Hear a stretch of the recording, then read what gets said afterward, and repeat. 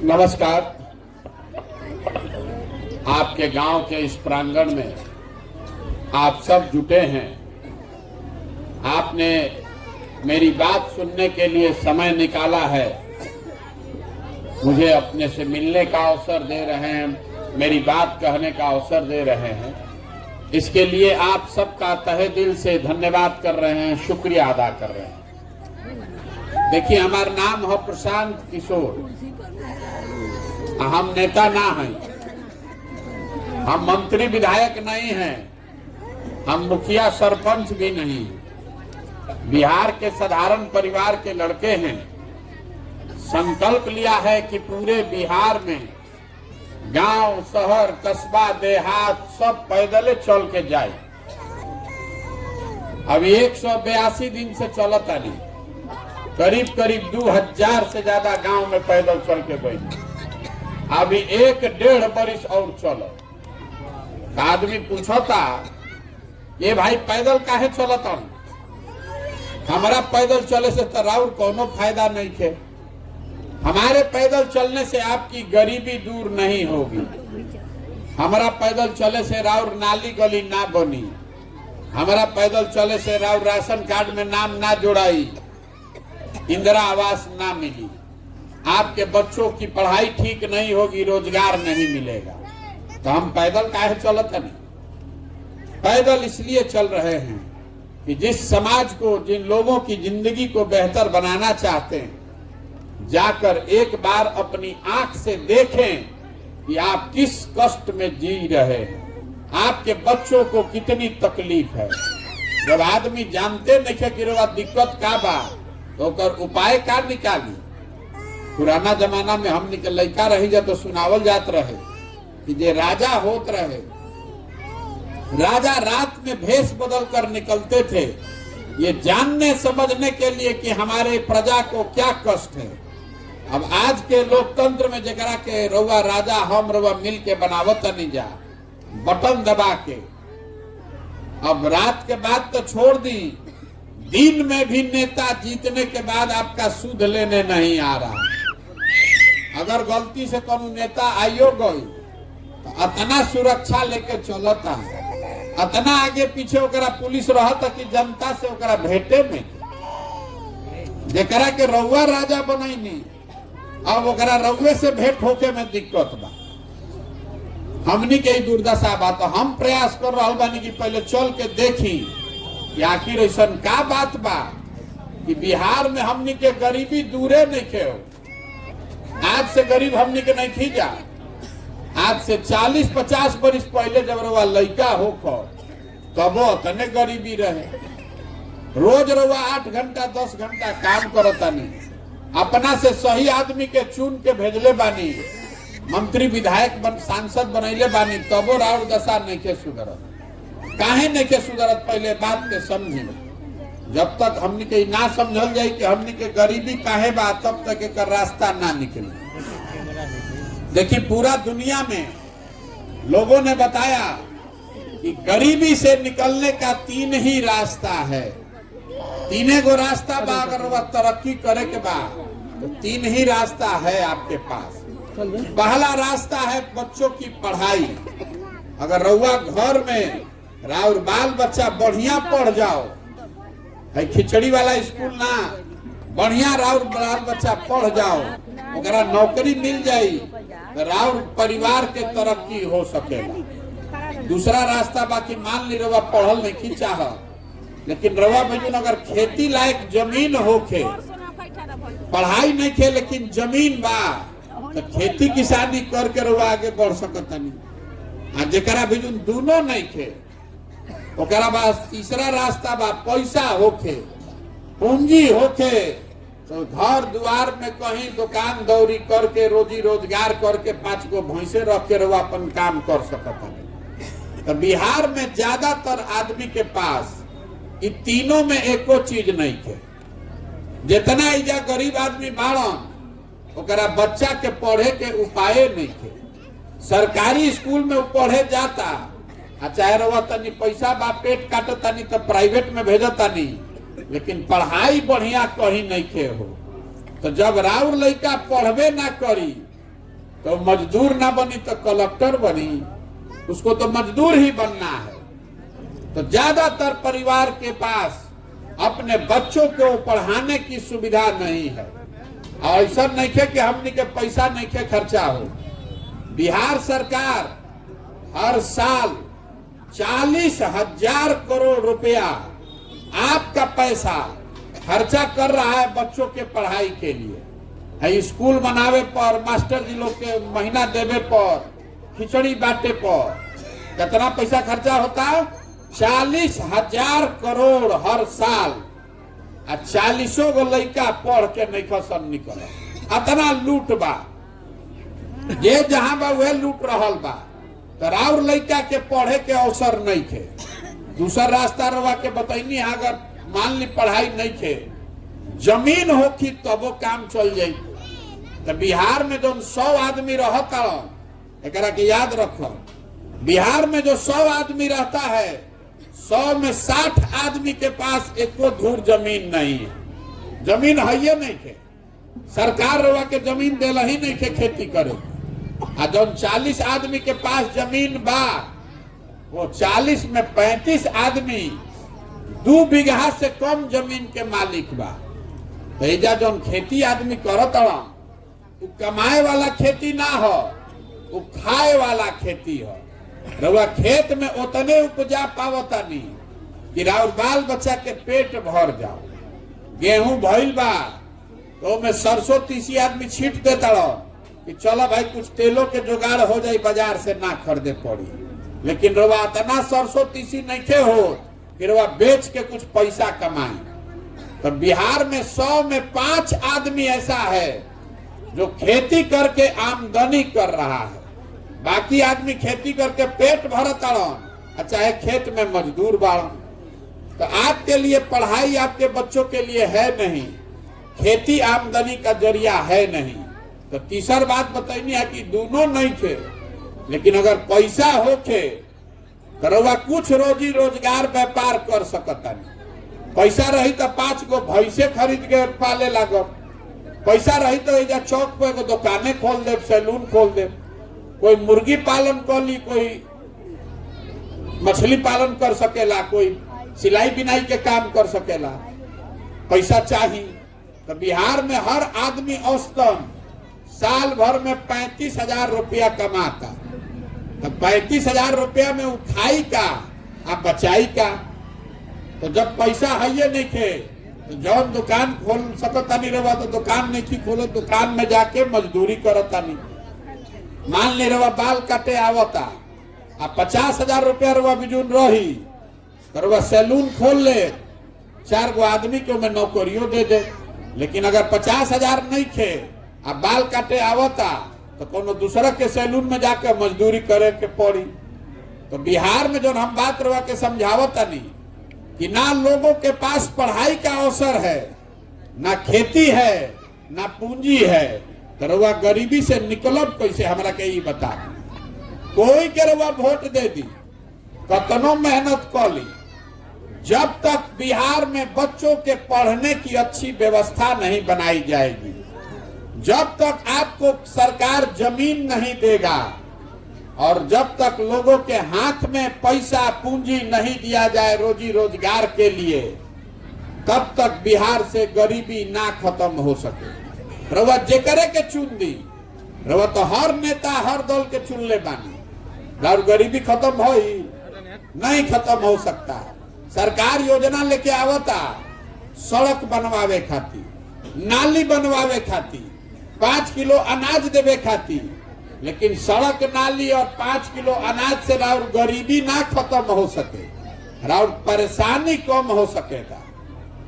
तो ये अब रउआ पूछब हमरा से, अच्छा तो यह बात बा पढ़ाई खेती या रोजगार, तो अभी जरा के रउआ चुन के सरकार बनैले बानी, उ काहे नहीं के करत, उ रउआ के बतावे चलल बा, काहे नहीं के हो। देखिए जितना आदमी खड़ा बा बैठल बा, एगो सवाल करो, रउआ के जवाब देवे के बाद 2 मिनट में रउआ पता चली कि बिहार के दुर्दशा काहे बा। सब कोई सोच के बताओ, और कुछ होके चाहे ना, बिहार में गरीब से गरीब के सब के बच्चन के पढ़े के बढ़िया व्यवस्था होके के चाहिए कि ना? मुड़ी नहीं के हिलावे के, सबके बोले के बाद फिर से पूछो तनी जोर से बोले के बाद और कुछ होके चाहे ना। बिहार में जितना आदमी रहता ओकरा सबके लड़कन के पढ़े के व्यवस्था होके के चाहिए कि ना होके चाहिए? तो चौक पर सब लोग जुट के कहता होके के चाहिए। सब कोई अभी 1 मिनट में फिर दूसरा सवाल के जवाब देवे के बाद अपना अपना लड़कन के नाम पर ईमानदारी से दिल पर हाथ रख के बोली कि अपना जीवन में रहुआ लड़कन के पढ़े खातिर, पढ़ाई शिक्षा खातिर कभी वोट देले बानी? कोई देले बता बताओ? कोई नहीं खे देले। तो जब रहुआ पढ़े खातिर वोटे नहीं खीदे तो पढ़ाई के व्यवस्था बनी कैसे? बतियावे से बनी? ये हमने के दुर्दशा के कारण भाई बात के समझी। आपको जो चाहिए, बिहार में कोई ऐसा आदमी नहीं थे जरा पता नहीं थे कि कितना भ्रष्टाचार बा। आपको पता है कि अगर राउर लड़का पढ़ लिख जाए, बढ़िया स्कूल के व्यवस्था हो जाई तो राउर जीवन सुधर सकता। लेकिन रउआ ओकरा पर वोट नहीं दे। वोट देता नहीं रउआ कौना चीज पर? जात पर, हिंदू मुसलमान पर, भारत पाकिस्तान पर, मंदिर के नाम पर, लालू के डर से भाजपा को, भाजपा के डर से लालू को। तो सुधरिएगा कैसे? जे करे के अभी माइक दे तो सब कोई भाषण देला नेता कि भैया नेता हमनी के ठगता। जे करे के वोट देता नहीं जाए, चुनाव के दिन आदमी गोड़ पर गिर के वोट ले लेता और फिर हमरा के नेता ठगता। हम आपको बताने आए हैं कि आपको नेता नहीं ठग रहा है। हमने के नेता नहीं कम ठगत। अगर नेता ठगी तो एक बार ठग ली, दूसरा बार रोज समझ जेती, 2 बार ठगी, तीसरा बार रोज जान जेती। लेकिन अगर 50 बरिस से रोज ठगाता नहीं, 50 बरिस से रोज ठगाता नहीं, एक मतलब बा कि कुछ ना कुछ गलती तो अपने में बा। हम अभी रउआ के फिर बतावता नहीं कि क्या गलती बा। जौना चीज पर रउआ और हम वोट देता नहीं जा, वो हमने के कम चाहे ज्यादा मिलता। हमने के वोट देले बानी जा 5 किलो अनाज पर, तो बिहार में कतनो चोरी होता, 1 किलो चोरी करके 4 किलो अनाजवा मिलता कि नहीं? क्या मिलता ना? हमने के वोट देले बानी जा बिजली आइला पर, तो बिजली आइल बा कि नहीं के आइल? भले बिल आवता 5000, बिजली आ गई बा ना? रउआ वोट देले बानी राम मंदिर बनावे खातिर, तो 30 बरिस के बादे सही, लेकिन राम मंदिर बनता ना? बनता कि नहीं के बनत? रउआ वोट देले बानी जात के नाम पर, तो घरे घर हर जगह जात के गन्ना होता कि नहीं के हो? रउआ वोट देले बानी मोदी जी के 56 इंच के सीना देख के, तो मोदी जी के 56 इंच के सीना रोज टीवी पर लौकता कि नहीं के लौकत? आपने वोट दिया है गुजरात में विकास का कहानी सुनकर, तो राउर लड़का राउर घर के सवांग गुजरात में जाकर फैक्ट्री में मजदूरी करत आन के नहीं कम कर। जौना चीज पर रउआ वोट देता नहीं, रउआ के मिल रहल बा। ई समझी बात के। रउआ जौन बोता नहीं तौने न काटो। रउआ खाए के बाद खिचड़ी, और रउआ रोटी पकाई तो खिचड़ी कैसे खाई? लेकिन आप अपने बच्चे के लिए, अपने बच्चों के पढ़ाई के लिए, अपने रोजगार के लिए वोटे नहीं दे रहे हैं तो मिलेगा कैसे? यही से रउआ के चलल बानी पैदल। हम दूसर कुछ काम ना करी, कोई के मदद ना करी, राउर राशन कार्ड में नाम ना जोड़वाई, राउर कोनो हमरा से मदद मांगब तो हम मदद ना दे। हम रउआ के मछली बाटे नहीं की आई, मछली मारे सिखावे आइल बानी। वोट देवे सीख जाई तो 5 बरिस नेता रउआ घर के सामने एड़ी रगड़ी, और ना तो वोट के दिन तो गोड़ पर गिरी नेता। लेकिन एक बार वोट ले लेलस, तब नेता ओकर लड़का चली हेलीकॉप्टर पर, और राउर लड़का रोड पर मारल मारल फिरत, ओकरा पैर में चप्पल नहीं। ये बात समझी? यही से चलल बानी। वोट नहीं मांगो, वोट नहीं मांगो। सबके गांवे गांव जाके हाथ जोड़तानी अरे भाई, नेता को देखकर नहीं, दल को देखकर नहीं, अपने बच्चों का चेहरा देखकर वोट कीजिए।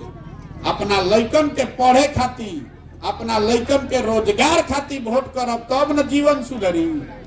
आपके वोट का कीमत 5 किलो अनाज नहीं है, आपके वोट का कीमत नाली गली नहीं है, आपके वोट का कीमत है आपके बच्चों का भविष्य।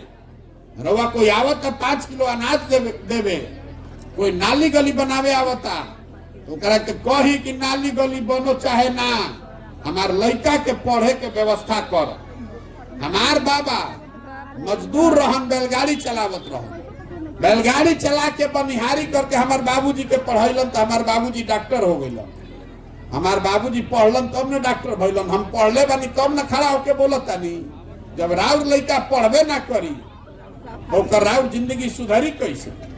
यही से चलल बानी पैदल, हाथ जोड़तानी सबके। अरे जगिए और संकल्प लीजिए कि जात पर नहीं, धर्म पर नहीं, भारत पाकिस्तान पुलवामा पर नहीं, 5 किलो अनाज पर भी नहीं, वोट पड़ेगा सिर्फ शिक्षा और रोजगार के लिए। ओके के चाहिए ना?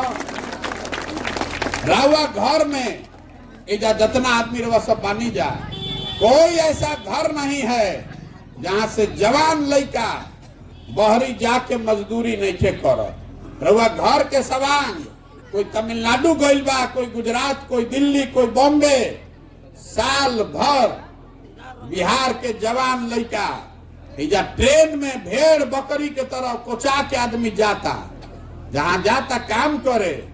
छोट छोट कमरा में 4 गो 5 गो लड़का रहता है। 12-12 घंटा आदमी हाड़ गलावताड़न कि 10,000 15,000 रुपया मिलो, अपना खैला के बाद 6-8 हजार रुपया घरे भेजी कि हमार बाल बच्चा खाओ। और रउआ से पूछत तनी चाची वोट काहे देनी? हाँ तो रउआ कहतनी का करी भैया, गौवा में सब देत रहे तो हमू दे देनी।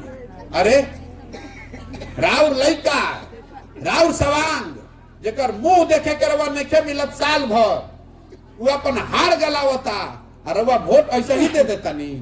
और ऐसे ही दे दे तो रउआ ना भोगब तो हम भोगब। यह बतावे खातिर चलल बात। संकल्प लीजिए, संकल्प लीजिए कि अपने बच्चों के लिए खड़े होइएगा और ना खड़ा होकर तो हमारा कोनो से फर्क नहीं थे। हमरा से वोट लेवे नहीं की आई ना, बात मानो तो लिख के रखी। जिस गरीबी बदहाली में आपका जिंदगी बीता है, इसी गरीबी बदहाली में आपको आपके बच्चों का भी जिंदगी बीतेगा। कोई नहीं सुधार सकता। रउआ जाके के पढ़ी ना भैया। आदमी हमारा कहता ए भैया बहुत होशियार बाड़न प्रशांत किशोर, रउआ आगे चली, रउआ संगे रहल जाए। हम पहले ही रउआ के हाथ जोड़ता नहीं। आप हमारे साथ मत आइए, हमारे पीछे मत चलिए। हमारे पीछे चलने से बात नहीं बनेगा। जिस समाज में लोग अपने बच्चों के लिए नहीं खड़े हैं, आप हमारे लिए खड़ा होइएगा। आपके नस नस में नेता इजा इतना रुआ के जाति या धर्म घुसा दिले बाड़न कि राउर लड़का पढ़ लिख के घर में बेरोजगार बैठल बा, लेकिन रुआ अपन लड़का के चिंता नहीं खे। रुआ इजा से पाकिस्तान लौकता, इजा से रुआ चाइना लौकता, पुलवामा लौकता। अपन लड़का पढ़ के बेरोजगार बैठल बा, मजदूरी करता ही नहीं खे लौकत, तो कैसे सुधरी? एगो प्रशांत किशोर आजाद की 10 प्रशांत किशोर, ये नहीं सुधर सकता है। जब तक आप नहीं सुधरिएगा, बिहार की जनता नहीं जगेगी, तब तक कोई नहीं बिहार को सुधार सकता है। लिख कर रखिए।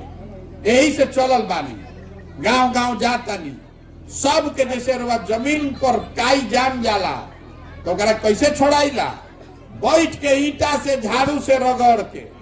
वही खातिर हम चलल बानी पैदल, जाके गावे गावे हाथ जोड़तानी, समझावतानी भैया जागा जा, अपना लड़कन के मुंह देखो जा, अपने बच्चों के चेहरे को देखकर वोट दीजिएगा। जेकरा के देवे का बात दी, हमारा वोट ना चाहिए रहो। हमको इतना ही चाहिए कि आप वोट शिक्षा और रोजगार के लिए दीजिए। रहुआ बताई फिर वह रोजगार चाहिए कि 5 किलो अनाज चाहिए? रोजगार। मोह से मोह ना खुलिए, बिहार सुधर जाये। रोजगार चाहिए कि 5 किलो अनाज चाहिए? ऊंचा बोलिए, रोजगार चाहिए कि 5 किलो अनाज चाहिए? तब वोट रोजगार पर पड़े के चाहिए कि 5 किलो अनाज पर फर्क चाहिए ना? अरे वह जाति के नेता चाहिए कि लड़कन के पढ़ाई चाहिए? लड़कन के पढ़ाई चाहिए ना, तो वोट कोना पर पड़े के चाहिए, जाति पर कि पढ़ाई पर? तो संकल्प ले लेना, बुलाई ना ना। तो आदमी पूछा था कि तब वोट के करा के दिया, तब वोट अब की हाली कोनो नेता के ना दिया, मोदी जी के ना, लालू नीतीश के ना, प्रशांतो किशोर के ना, वोट दिया अब काली जनता के, अपना के दिया। एक नाम का बा जन सुराज। सुराज मतलब सुंदर राज। तो जे नेता बा ओकरा खातिर तो राज सुंदरे बा, ओकर लड़का तो ऐश करते बा। नेता के लड़का तो बढ़िया स्कूल में पढ़ता, वो 10वां नहीं पास करत तब ओकरा रोजगार बा।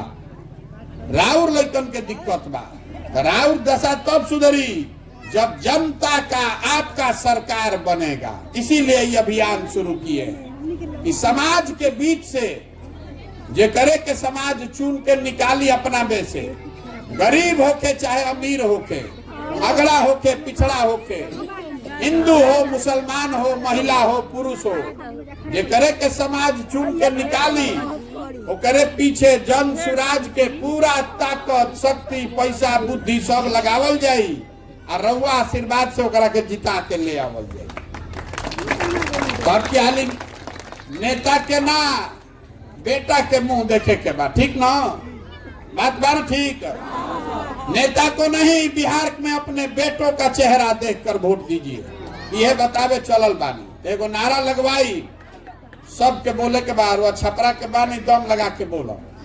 हम बोलब जय बिहार, रउआ बोले के बाद जय जय बिहार, जय बिहार, जय बिहार, जय बिहार।